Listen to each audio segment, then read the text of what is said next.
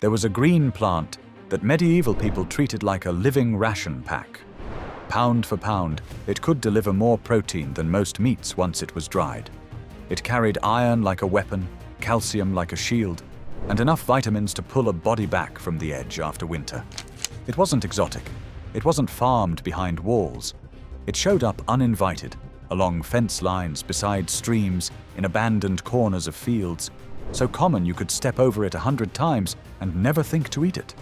For centuries, that carelessness would have sounded insane, because this plant wasn't famine food to the people who actually survived famines.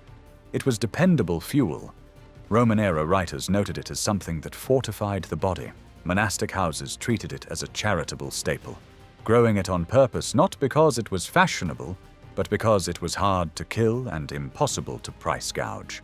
Village healers used it for weakness, pale faces, slow recovery, low milk supply, conditions they couldn't explain with lab numbers, but recognized instantly by outcome. And armies? Armies loved it. A marching force has one enemy that never stops hunting: hunger. Grain spoils, carts break, roads flood, pack animals die. A commander can win battles and still lose the campaign if the men can't keep moving. So the smartest war planners always looked for foods that weren't locked inside supply lines. This plant solved that problem in the most humiliating way possible. It was free. A soldier could harvest it without asking permission from any lord, merchant, or tax collector. You could dry it, crumble it into porridge, boil it into soup, thicken it with oats, stretch scarce flour, and keep marching. Then, within living memory, it got rewritten. Not physically removed from the landscape, because you can't ban a weed out of existence, but removed from the culture. Suddenly it was poor people food.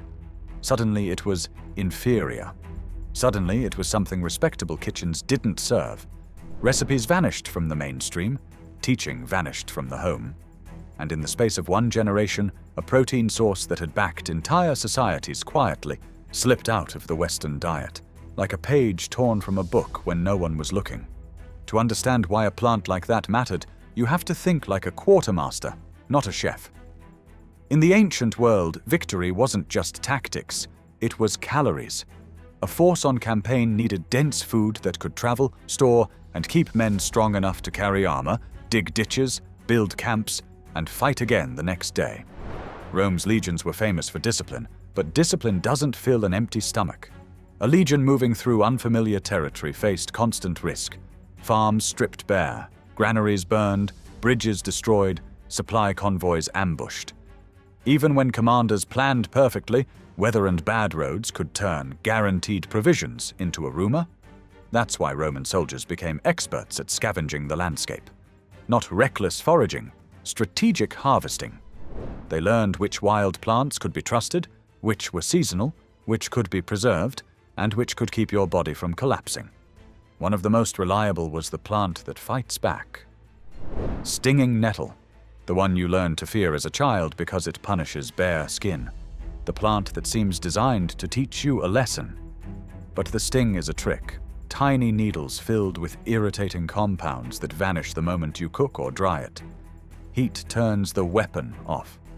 What's left is a dark green leaf with a mild taste, somewhere between spinach and the clean snap of cucumber, and a nutrient profile that ancient people didn't need charts to respect. Soldiers cut the young tops in spring when the leaves were tender. They boiled it down into thick broths, sometimes with barley, sometimes with whatever grain was left. They dried bundles for later because dried nettle collapses into light, compact flakes that store like a soldier's treasure. Mixed into gruel, it lifted weak rations. Added to bread dough, it pushed nutrition higher without requiring more flour. In a world where a few bad harvests could erase a generation, that mattered more than comfort. And when Roman medical writers described foods that strengthen or improve the blood, they weren't writing poetry. They were describing what they saw. Men who ate certain greens recovered faster, endured longer, and didn't break down as quickly under brutal workloads. Medieval Europe inherited that practical knowledge the way it inherited roads and ruins, unevenly but stubbornly. Nettles didn't require literacy to spread. They grew everywhere people lived, and people learned quickly what worked. In spring, nettle was one of the first reliable greens to return. That timing alone made it powerful. Late winter is when bodies fail. Stores are low, vegetables are gone, and you're eating whatever survived in barrels. Then the first young nettles rise, bright and aggressive, like the landscape offering a new battery for exhausted humans. Peasant households used it as a staple, not a novelty. Blanched, chopped, stirred into oats, cooked into soups thick enough to count as a meal, dried and crumbled into stews later in the year when fresh greens were a memory. In many regions, nettle wasn't eaten only when desperate. It was eaten because it was reliably good for you. In the old sense of the phrase, it made you able. Monasteries treated nettle as both food and duty. Monastic gardens weren't just for beauty. They were small infrastructure projects designed to buffer hunger in the surrounding community. When harvests failed or illness spread, monks and nuns weren't handing out spiced luxuries. They were handing out what kept people upright. Nettle was perfect for that mission. Generous, tough, recurring, impossible to monopolize. Military life in the Middle Ages made nettle even more valuable. Campaigns dragged men through bad seasons across rough terrain into shortages. Archers who trained for years to draw war bows needed shoulders and backs that didn't quit. Foot soldiers hauling gear needed iron in their blood and minerals in their bones, even if they didn't have words for those processes. Mercenaries, who lived by performance, cared about what kept their strength from leaking away. So nettle stayed in the rotation, not as a miracle plant, as insurance. Herbal writers and household guides described it in the blunt language of usefulness. Wholesome, strengthening, good in broth, good dried, good for those who are spent. The cultural memory wasn't subtle. People knew nettle worked, which is why its later disappearance is so strange, because nettles didn't stop growing. They didn't become poisonous. Nothing about the plant changed. The thing that changed was what people were trained to feel when they saw it. Not opportunity, but embarrassment. The shift didn't happen overnight, and it didn't happen with a single law. It happened the way cultures are quietly rerouted, through status, convenience, and new ideas about what real food is supposed to look like. Industrialization pulled populations into cities and pulled food production away from the home. Instead of a diet shaped by gardens, hedgerows, and seasonal habits, more people started eating from centralized supply systems. That was efficient for growth. It was also profitable in a way wild foods could never be. Because you can't build a modern industry on something nobody needs to buy. A plant like nettle is a nightmare for a marketplace that wants customers, not citizens. It grows without permission. It requires no seed packets, no branded feed, no processing plant, no refrigerated truck. It teaches people, accidentally, that nourishment can be gathered rather than purchased, so the framing began to change. Wild greens were recast as old-fashioned, then poverty food, then eventually not safe, depending on the decade and the messaging needs. Meanwhile, meat and dairy were elevated as the signature foods of strength and prosperity. Schools, advertising, and public health messaging increasingly tied nutrition to store-bought categories. A proper dinner was something you obtained through the system. Cookbooks followed the money. Household education followed the new standard. Skills that used to pass from grandparents to children, how to identify, harvest, cook, and store common wild foods, became unnecessary in city life, then unfamiliar in rural life, then suspicious everywhere.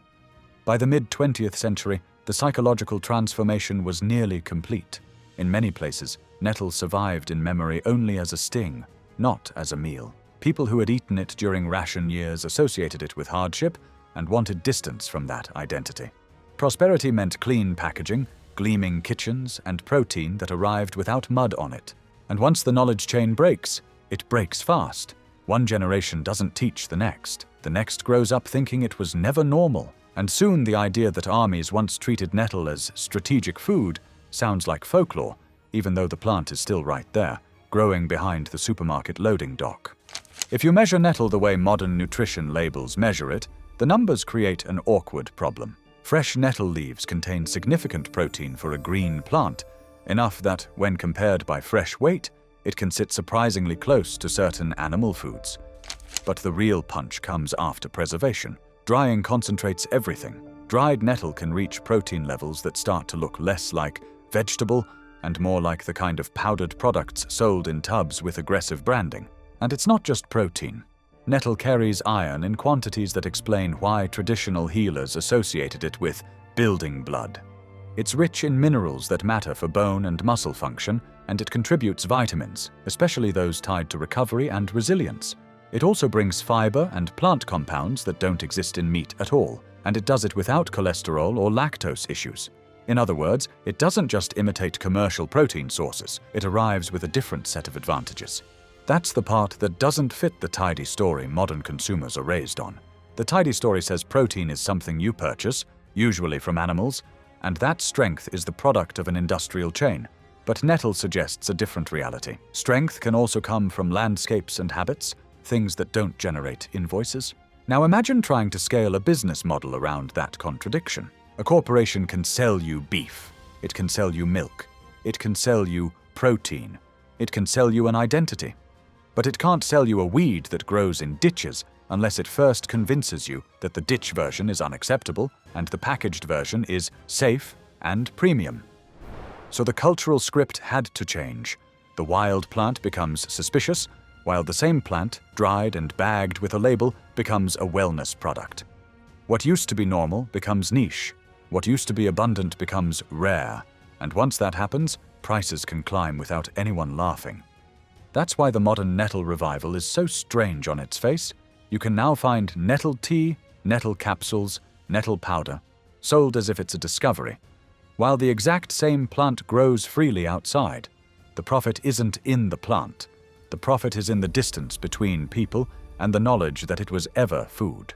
Traditional preparation methods were never complicated, which is another reason nettle spread so easily across classes. You didn't need a special kitchen. You needed heat. The sting is neutralized by cooking or drying. A quick blanch, barely a couple of minutes, turns the leaves harmless.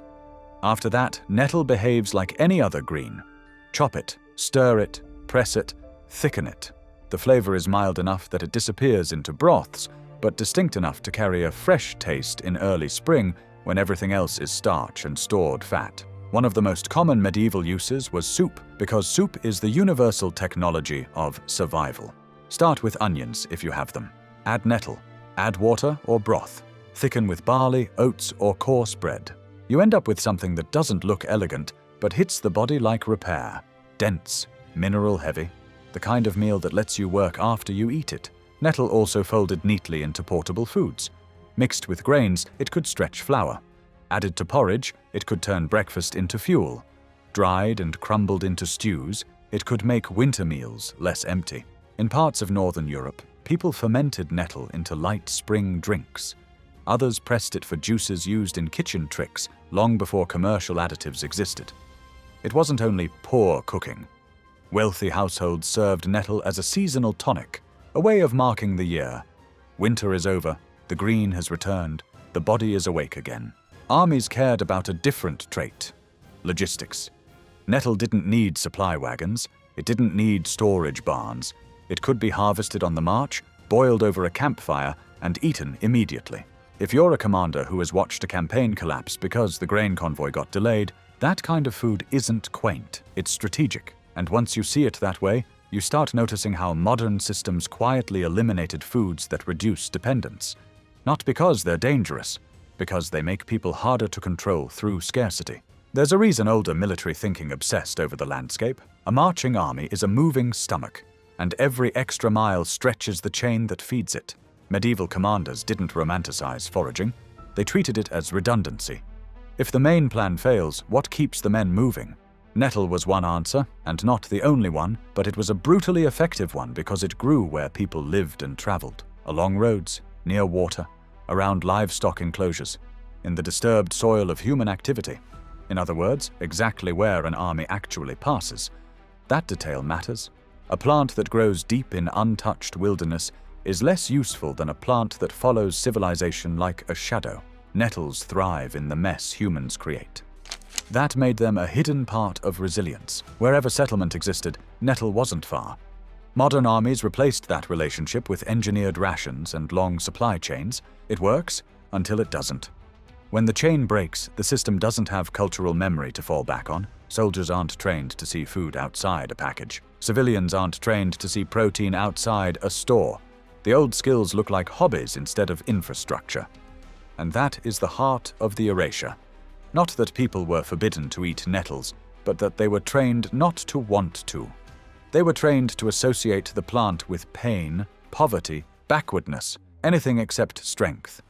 The landscape still offers it, and most people still step right past it, because the story in their head says, that's not food, which makes the modern rediscovery almost perfect. Nettle returns, not as a common meal that belongs to everyone, but as a boutique product with a price tag, an ingredient you're allowed to consume again once it has been processed, packaged, and placed back inside the system. And if you trace that pattern across history, you start noticing how many foods followed the same path: first normal, then shamed, then forgotten, then resold, until the only way to access what used to be free is to reach for your wallet. Because the moment people remember they can feed themselves from the world around them, the entire logic of purchase dependence starts to